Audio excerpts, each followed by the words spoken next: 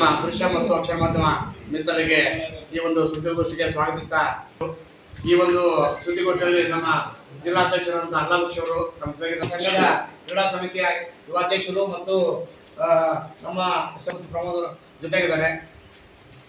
ಮಿತ್ರರೇ, ಈ ತಮ್ಮ ಪತ್ರಿಕೆಗಳಲ್ಲಿ, ದೃಶ್ಯ ಮಾಧ್ಯಮಗಳಲ್ಲಿ ಪ್ರತಿದಿನ ಈ ವಿಷಯ ಓಡಾಡ್ತಾ ಇದೆ.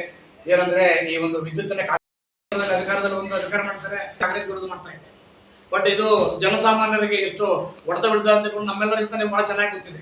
ಇವತ್ತು ಈಗಾಗಲೇ ಕೋಟ್ಯಾಂತರ ನಿರುದ್ಯೋಗಿಗಳು, ತಾಂತ್ರಿಕ ಪದವೀಧರರು, ಎಷ್ಟೋ ಜನ ವೃತ್ತಿಪರರು ಉದ್ಯೋಗಗಳಿಂದನೇ ಇರಬೇಕಾದ್ರೆ ಮತ್ತೆ ಇವತ್ತು ಸರ್ಕಾರ ಇದನ್ನ ಖಾಸಗಿ ಮಾಡಿ ಮತ್ತೆ ಬಡ ಜನರ ಮೇಲೆ, ಸಾರ್ವಜನಿಕರ ಹೊಟ್ಟೆ ಮೇಲೆ ಹೊಡೆಕೊಂಡಿದೆ. ಇವತ್ತು ಕರ್ನಾಟಕದಲ್ಲಿ ಇವತ್ತು ಏನು ವಿದ್ಯುತ್ ಜಾಲ ಇದೆ, ಕರೆಂಟ್ ಉತ್ಪಾದನೆ ಬಿಟ್ಟು ನಮಗೆ ಕೊಡುವಂತಹ ಕೆಲಸ ಇದೆ. ಅದು KPTCL ಮತ್ತು 5 ಎಸ್ಕಾಂಗಳು, ಜೆಸ್ಕಾಂ, ಬೆಸ್ಕಾಂ, ಎಸ್ಕಾಂ ಮತ್ತು ಚಾಮುಂಡೇಶ್ವರ 5 ಕಂಪ್ನಿಗಳ ಮುಖಾಂತರ ವಿತರಣೆ ಮಾಡ್ತಾ ಇತ್ತು. ಅದನ್ನ ಟಾಟಾ ಕಂಪ್ನಿ ಕೂಡ ಕೊಟ್ಟಿದ್ದಾರೆ. ಅದು ಯಾವ ರೀತಿ ಇದೆ ಅಂದ್ರೆ, ಒಂದು ಉದಾಹರಣೆ, ಇವತ್ತು ಕರ್ನಾಟಕದಲ್ಲಿ 5 ರೂಪಾಯಿ 60 ಪೈಸೆ ಒಂದು ಯೂನಿಟ್ ಇವರು ಮನೆಗೆ ವಿದ್ಯುತ್ ಕೊಟ್ರೆ, ಇವತ್ತು ಟಾಟಾದವರು ಏನು ಮಹಾರಾಷ್ಟ್ರದಲ್ಲಿ, ಬಾಂಬೆದಲ್ಲಿ ಇವತ್ತು ಮೇಂಟೈನ್ ಮಾಡ್ತಾ ಇದ್ದಾರೆ. ಅಲ್ಲಿ 11 ರೂಪಾಯಿ 20 ಪೈಸೆ ಒಂದು ಯೂನಿಟ್ ಇದೆ. 1 ಕಿಲೋವಾಟ್ ಫಿಕ್ಸ್ಡ್ ಚಾರ್ಜ್ ನಮ್ಮಲ್ಲಿ 140 ರೂಪಾಯಿ ಇದ್ರೆ ಅಲ್ಲಿ 400 ರೂಪಾಯಿ ಇದೆ. ಅದೇ ರೀತಿಯಾಗಿ ಸಾಕಷ್ಟು ಹಿಡನ್ ಚಾರ್ಜ್ಗಳಿದ್ದಾವೆ. ಇವೆಲ್ಲವೂ ಜನಸಾಮಾನ್ಯರ ಮೇಲೆ ಬರೆ ಆಗ್ತಾ ಇದ್ದಾವೆ. ಅದರ ಜೊತೆಗೆ ಇವತ್ತವರೆಗೂ ಕರ್ನಾಟಕ ರಾಜ್ಯದಲ್ಲಿ ಒಂದು 50,000 ಜನ ಲೈಸೆನ್ಸ್ ಎಲೆಕ್ಟ್ರಿಕಲ್ ಕಾಂಟ್ರಾಕ್ಟರ್ ಇದ್ದೀವಿ. ನಮಗೆ ಕರ್ನಾಟಕ ಸರ್ಕಾರ ಒಂದು ಲೈಸೆನ್ಸ್ ಕೊಟ್ಟಿದೆ. ನಾವು ಯಾವುದೇ ಒಂದು ಸಣ್ಣ ಮನೆ ಇರ್ಬೋದು, ಒಂದು ದೀಪ, ಒಂದು ಟ್ಯೂಬ್ ಲೈಟ್, ಒಂದು ಬಲ್ಬ್ ಹಾಕೋದು ಬಿಟ್ಟರೆ ಯಾವುದೇ ಕೆಲಸ ನಾವು ಲೈಸೆನ್ಸ್ ಕಾಂಟ್ರಾಕ್ಟರೇ ಮಾಡಬೇಕು. ಮತ್ತು ವೈರಿಂಗ್ ಮಾಡಿದ್ರೆ ಆ ಟೆಸ್ಟ್ಗಳು ಕೊಟ್ಟರೆ ಆ ಇನ್ಸ್ಟಾಲೇಷನ್ ಸರ್ವಿಸ್ ಆಗಬೇಕು ಅನ್ನೋದು ಕಾನೂನು ನಮ್ಮ ರಾಜ್ಯದಲ್ಲಿ ಅನ್ವಯದಲ್ಲಿ ಮೊದಲಿಂದಲೂ ಇದೆ.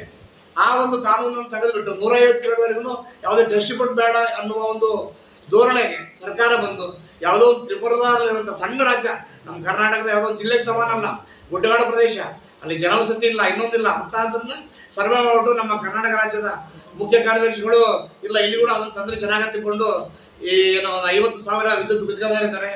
ಅವರ ಜೊತೆಗೆ ಒಂದು 3 ಲಕ್ಷ ಕುಟುಂಬಗಳು ಕೆಲಸ ಮಾಡ್ತಾರೆ. ಸುಮಾರು ಒಂದು 30ರಿಂದ 40 ಲಕ್ಷ ಜನ ಈ ಒಂದು ಅಡಿಯೊಳಗಡೆ ಬದುಕ್ತಾರೆ. ಅಂಥವ್ರನ್ನೆಲ್ಲ ನಿರುದ್ಯೋಗಗಳನ್ನಾಗಿ ಮಾಡಿಬಿಟ್ರೆ ಈ ಕುಟುಂಬಗಳೆಲ್ಲ ಬೀದಿ ಬಿಡ್ತವೆ. ಅವರಿಗೆ ಯಾವುದೇ ಒಂದು ಜೀವನಕ್ಕೆ ಇದಿಲ್ಲ. ಇವತ್ತು ನೋಡಿ, ನಾನು ನನ್ನ ಉದಾಹರಣೆ ತಗೊಂಡ್ರೆ, ಇವತ್ತು ನನಗೆ ಸುಮಾರು 60 ವರ್ಷ. ಇವತ್ತು ಈ ವೃತ್ತಿ ಬಿಟ್ಟು ನಾವು ಹೊರಗಡೆ ಹೋದ್ರೆ ಬಂದರೆ ಏನು ಜೀವನ ಮಾಡಬಲ್ಲೆ?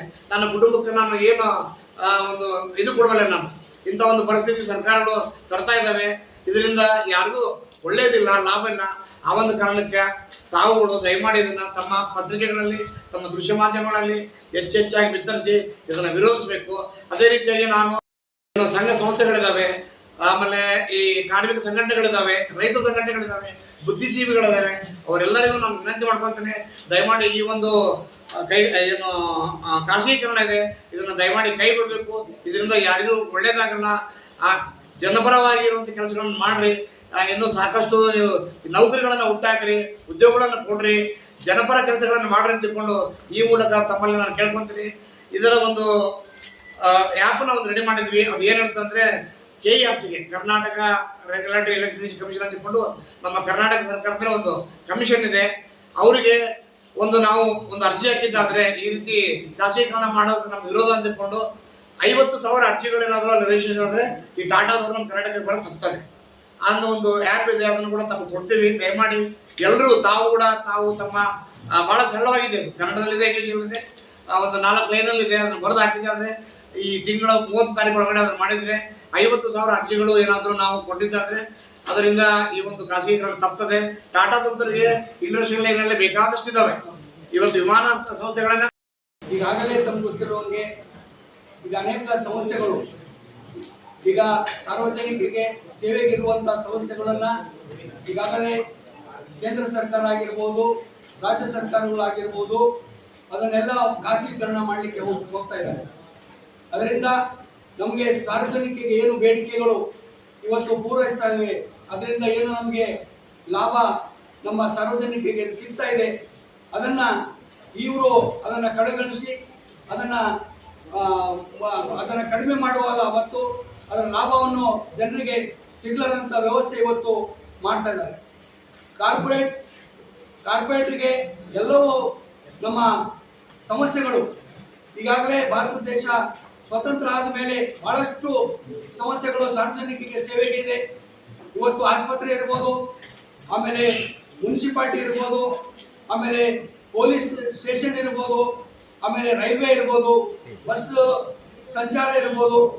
ಇವತ್ತು ವಿದ್ಯುತ್ ಕೂಡ ಅದು ಬಹಳ ಅವಶ್ಯಕತೆ ಆಗಿರುವಂತ ಒಂದು ಬೇಡಿಕೆ ಆಗಿದೆ.